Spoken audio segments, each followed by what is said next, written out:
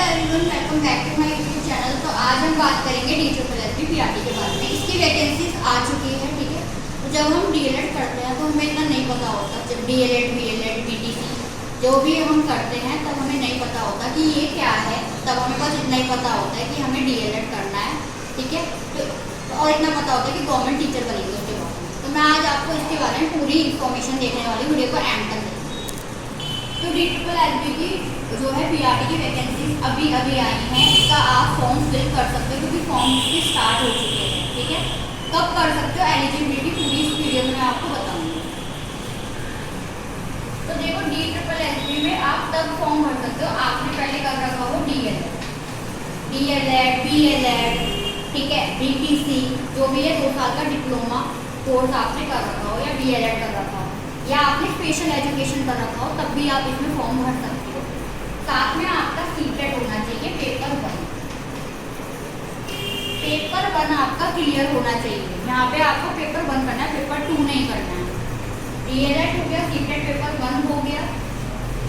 आपने DLED या BLED या जो भी है वो कर रखा हो, उसके बाद आपने सीटेट पेपर 1 कर रखा हो, बस इसके बाद आप फॉर्म भर सकते हो DSSSB PRT का, ठीक है। अब हम देख लेते हैं कि आपको एक बात और मैं बता दूँ कि इसमें आपके ना, अगर आप जनरल हो, ठीक है, तो आपके 90 मार्क्स होने चाहिए, तब आप क्वालिफाई कर लो। इसमें ये नहीं कि जी हमको तो ज़्यादा ही नंबर चाहिए, उससे कोई लेना देना नहीं है। 90 नंबर आ जाएंगे आपके 90 मार्क्स या 90, तो आप इजीली फॉर्म फिल कर सकते हो। और अगर आप OBC, SC, ST जो भी कैटेगरी से हो तो आपके 82 मार्क्स होने चाहिए। अगर आप दिल्ली से हो, अगर आप अदर स्टेट से हो तो आपके वो आप जनरल में काउंट हो गए, आपको 90 नंबर चाहिए। आई होप ये क्लियर हो गया होगा। सबसे इम्पोर्टेंट बात है एज लिमिट। आपकी अगर 30 एज है ना, तो आप इस फॉर्म को इजीली फिल कर सकते हैं। अब मान लीजिए आपके ये फॉर्म शुरू हुए हैं भरना 17 तारीख से, अगर आप 15 तारीख को या 16 तारीख को भी 30 साल के हो गए ना, 1 साल भी 31 साल के हो गए, मतलब एक दिन भी बड़े हो गए, तो आप फॉर्म नहीं भर सकते। अगर आप 15-16 तारीख को आपका बर्थडे आ गया तो आप इसको भूल जाना, मतलब आपको 30 साल की एज लिमिट है इसके लिए। और अगर आप SC, ST हो तो उसकी एज जो है ना वो थोड़ी सी 3-4 साल का रिलैक्सेशन है, वो आप पेपर देख लेना। तो DSSSB PRT एक पेपर होता है, इसमें कोई इंटरव्यू नहीं होता, ठीक है। सिर्फ DSSSB PRT का एक पेपर क्वालिफाई कर लो, बस गवर्नमेंट जॉब लग जाएगी आपकी, दिल्ली में लगेगी आपकी गवर्नमेंट जॉब। इसी के साथ मैं बता दूँ इसमें पार्ट A और पार्ट B दो पेपर अलग अलग नहीं हो रहा, पेपर एक ही हो रहा है, पार्ट्स अलग अलग है, पार्ट A और पार्ट B, ठीक है।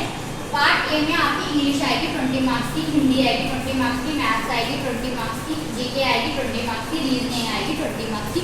नेगेटिव मार्किंग है 0.25 की, मतलब अगर आपने 4 क्वेश्चन गलत कर दिए तो आपका 1 नंबर ऑटोमेटिकली डिडक्ट हो जाएगा। तो आपको जो ये सिलेबस है इसका मैं ऑलरेडी जो है शेयर कर चुकी हूँ, link in description, you can check it. उसके बाद है पार्ट B, ठीक है। ये जो है बहुत ही वास्ट है, इसके लिए मैं अलग से वीडियो बनाऊंगी आपके लिए, लेकिन मैं मोटा आपको यहाँ बता दूँ। NIOS की बुक्स होती हैं DLED की, ठीक है।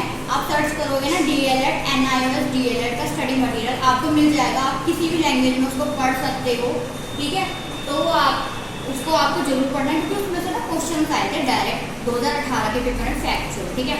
2022 में भी आए हैं, लेकिन NIOS से वहाँ पे भी पूछा गया था। NIOS जरूर पढ़ लेना। मतलब NIOS क्या है, DLED जो है ना, हमने जो DLED कोर्स करा है, जो आपने BTC कोर्स करा है, वही है पूरा का पूरा कोर्स 2 साल का। उसकी बुक्स हैं उसके अंदर, वो आपको पढ़नी है, ठीक है। कुछ भी पूछना होता आप कमेंट में मुझसे पूछ सकते हो। वो पढ़नी है, पेडागोजी पढ़नी है, ठीक है। बुक्स वगैरह मैं बताऊंगी, बाद में बताऊंगी, अभी नहीं बताऊंगी। इसमें एजुकेशनल साइकोलॉजी पढ़नी है, NIOS की बुक्स पढ़नी है, ठीक है। ये मोटा है इसमें, ये आप सबको ये पढ़ना है। मतलब क्या पढ़ना है आपको, जो आपने कोर्स करा है ना DLED का, वही सब कुछ रिवाइज कर देना, वहीं से क्वेश्चन आएंगे, ठीक है।